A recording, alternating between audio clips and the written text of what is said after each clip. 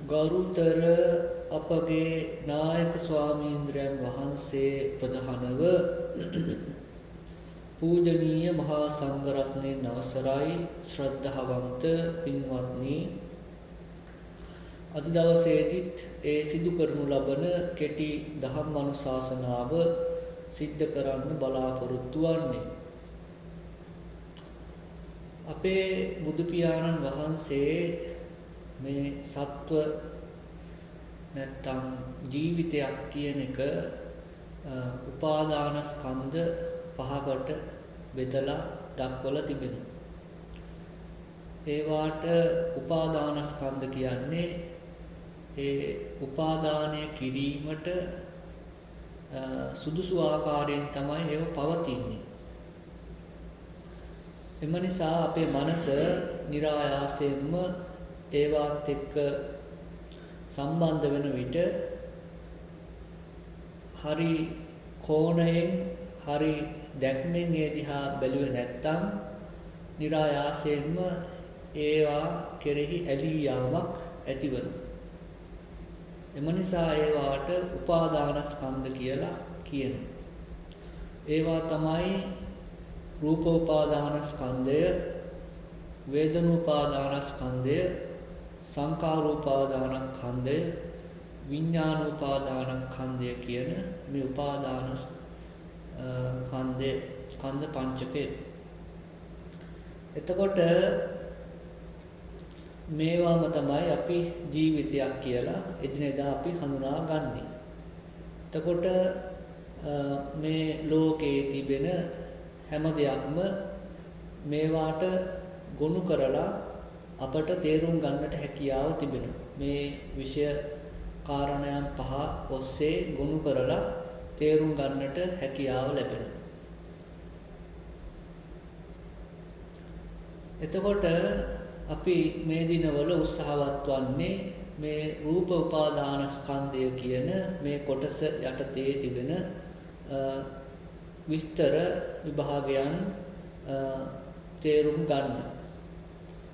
ඒ අනුව සූත්‍ර පිටකයට ආවහම් පස්සේ අපට මේ රූපය නැත්තම් මේ රූපස්කන්ධය කියන එක නැත්තම් උපාදානස්කන්ධය කියන එක 11 ආකාරයකින් තමයි විග්‍රහ කරලා තිබෙනු දක්නට ලැබෙන්නේ.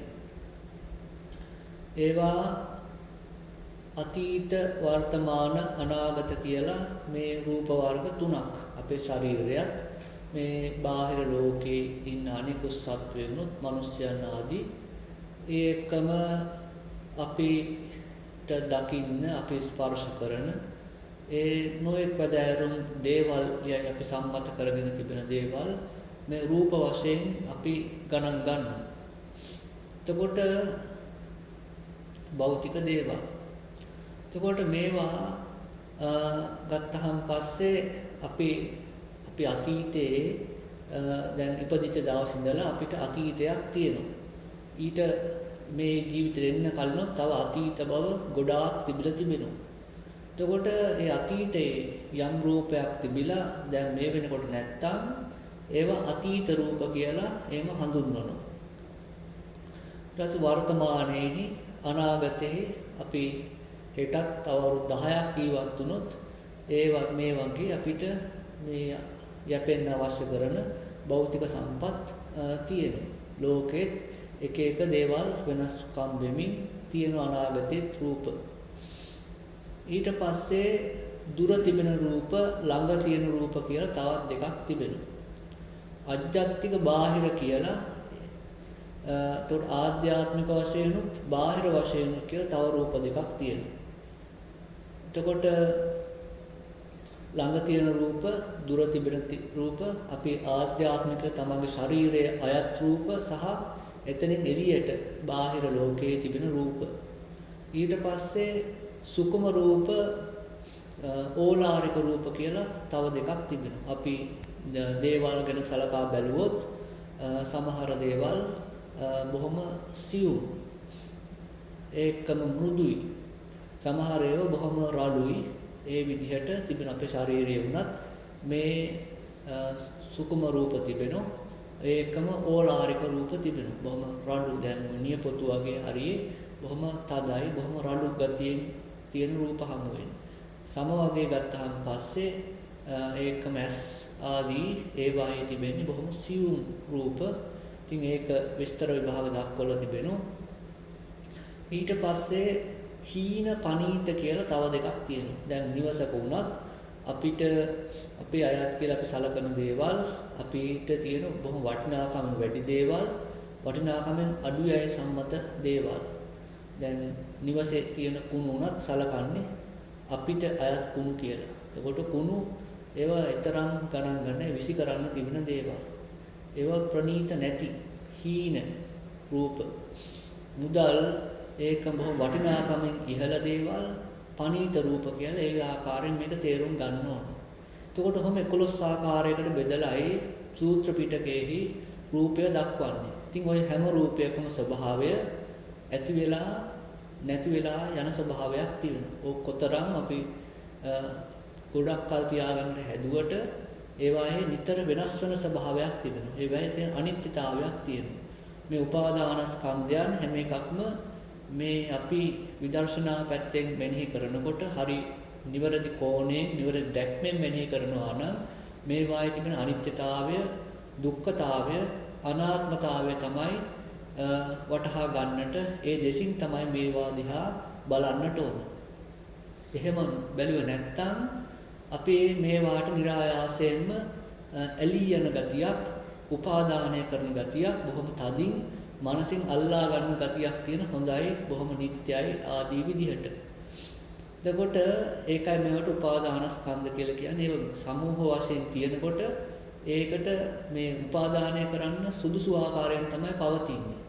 නමුත් මේවා යථාර්ථය ගත්තහම පස්සේ හැමතිස්සෙම මේකේ අනිත්‍ය ගතියක් තියෙනවා. ඒකේ අනාත්ම ගතියක් තියෙනවා, දුක්ඛ ලක්ෂණයක් තියෙනවා.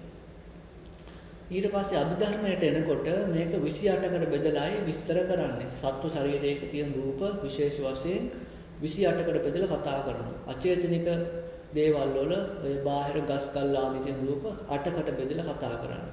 එතකොට ඒ 8ත් ඇතුළුව සත්ව ශරීරයක තියෙන රූප 28ක් කියලා හඳුන්වනවා. ඉතින් ඒ අනුව අපි එකෙන් රූප දැන් ගොඩක් විස්තර කරලා තිබෙන්නේ. අද ඊට අදාළ තවත් රූප කිහිපයක් විස්තර කරන්න බලාපොරොත්තු වෙනවා. ඒ ටික නම් වශයෙන් මතක් කළොත් එම අපි දන්න මහා භූතයෝ කියලා 4ක් තියෙනවා. පඨවි, ආපෝ, තේජෝ, වායෝ කියලා ඒ මහා භූත රූප 4ක් මේ ශරීරය හා නැත්තම් මේ ශරීරයේ තියෙන රූපවල ඒ ස්වභාවයන් තිබෙනවා. මේව ධාතු වශයෙන් තමයි හඳුන්වන්නේ. සත්ව පුද්ගල නොවන කියන අර්ථයෙන් අපි ශරීරය එකක් කියලා සැලකුවට මේක රූපස්කන්ධයක් කියලා. රූප ගොඩක් වශයෙන් තමයි බුදු පියාණන් වහන්සේ උගන්වන්නේ, පෙන්වල දෙන්නේ.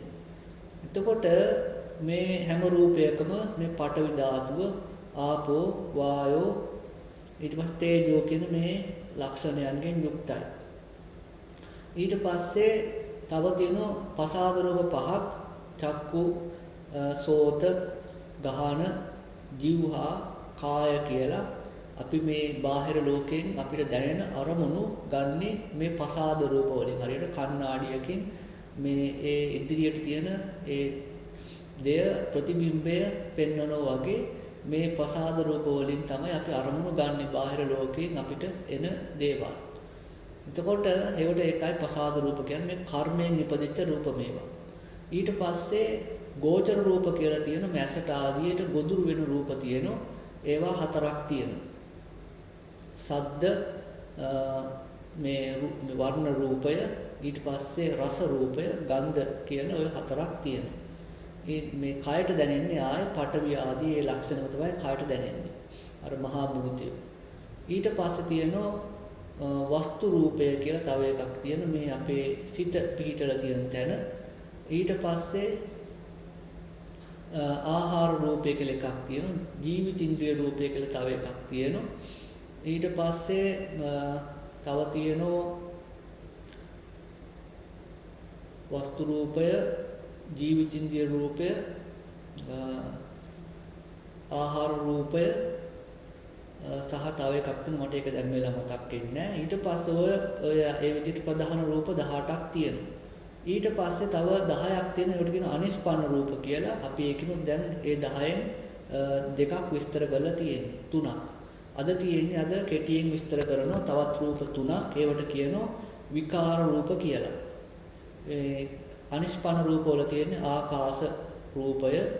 ඊට පස්සේ කාය විඤ්ඤාති වචී විඤ්ඤාති කියලා දෙකක් තියෙනවා.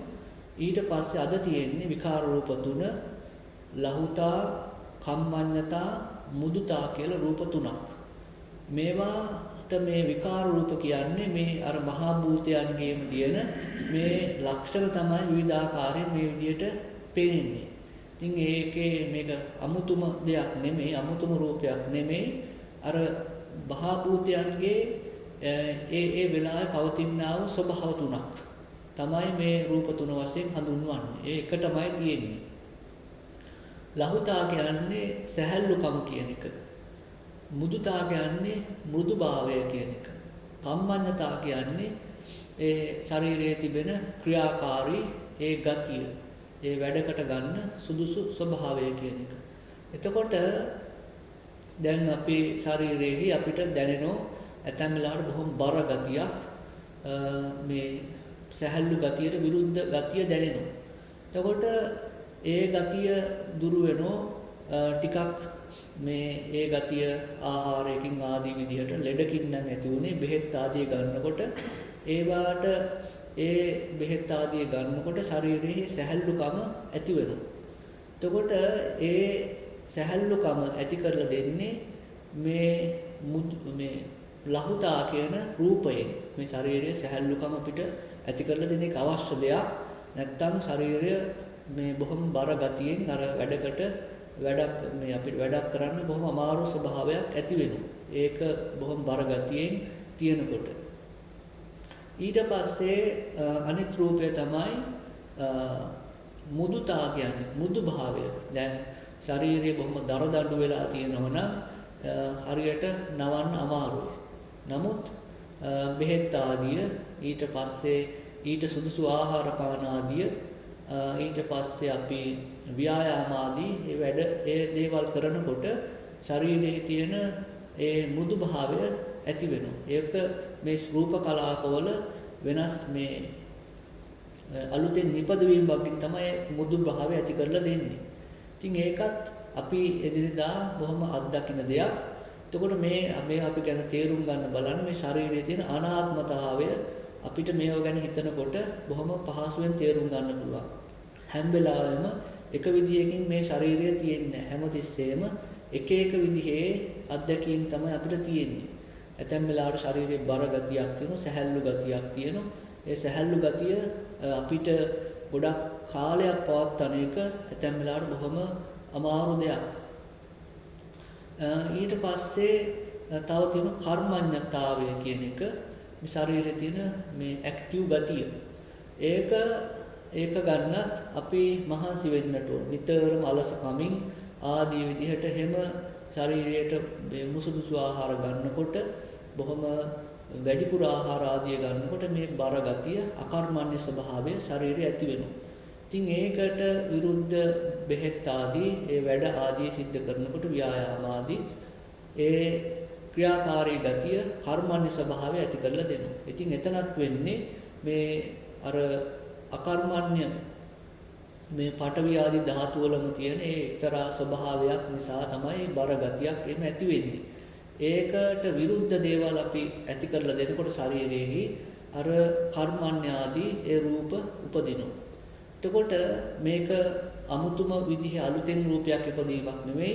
අර පඨවි ආදී ධාතු වල තිබෙන එක්තරා ලක්ෂණයක් තමයි මේ තුලින් අපිට පෙනෙන්නේ. එතකොට ඒකයි මේවට මේ අනිප්පන්න රූප කියන්නේ මේක අප්‍රධාන රූපයක්. අප්‍රධාන රූප තුන මේවට විකාර රූප කියන්නේ මේවා අර පඨවි ආදී ධාතු වල තිබෙන ඒ එක්තරා විශේෂ ආකාරයක් මේකෙන් පෙන්වලා දෙන නිසා මේකට අපිට හඟවලා දෙන නිසා තමයි මේකට මේ විකාර රූප කියලා කියන්නේ. ඉතින් මේවා ගැන උනත් අපි මේ දැනෙන සැහැල්ලු ආදී ගති ස්වභාවයන් මේ විදිහට බැලුවහම පස්සේ මේ දැන් මේ වෙලාවේ මේ ලහුතා ලක්ෂණය තියෙන්නේ ආදී විදිහට. එතකොට අපි මේ ධාතු මානසිකාරයක් තමයි එතන සිද්ධ වෙන්නේ. ඉතින් ඒ කාරණත් අපි හිතට අරගෙන දැන් අපි මේ රූපය ඉගෙන ගන්න නිසා නමුත් එදිනෙදා ජීවිතයේ ඇතැම් වෙලාවට මේක තරම් ප්‍රයෝජනයක් නැහැ කියලා දැනෙන්න පුළුවන්. නමුත් මේ විදිහට විමසනකොට අපි මේ ශරීරය ඇත්ත ඇති සැටිය දකින්නයි මහන්සි ගන්න. ඒක අවශ්‍යම කරන දෙයක්. ඒකෙන් අපේ මේ වැරදි දෘෂ්ටිය මේ ශරීරය සම්බන්ධයෙන් තියෙන වැරදි දෘෂ්ටිය දුරු වීම වගේ දිට්ඨි විසුද්ධිය ඇති වෙනවා. ඉතින් එතනින් තමයි මේ අනාත්ම ලක්ෂණය ගොඩක් පැහැදිලි වෙන්න පටන් ගන්න. ඉතින් ඒකට තවදුරටත් මේ ගැන කරුණු හොයන්න කියන එක මතක් කරමින් අදට කතාව සම් කරනවා. හැමෝටම තෙරුවන් සරණයි.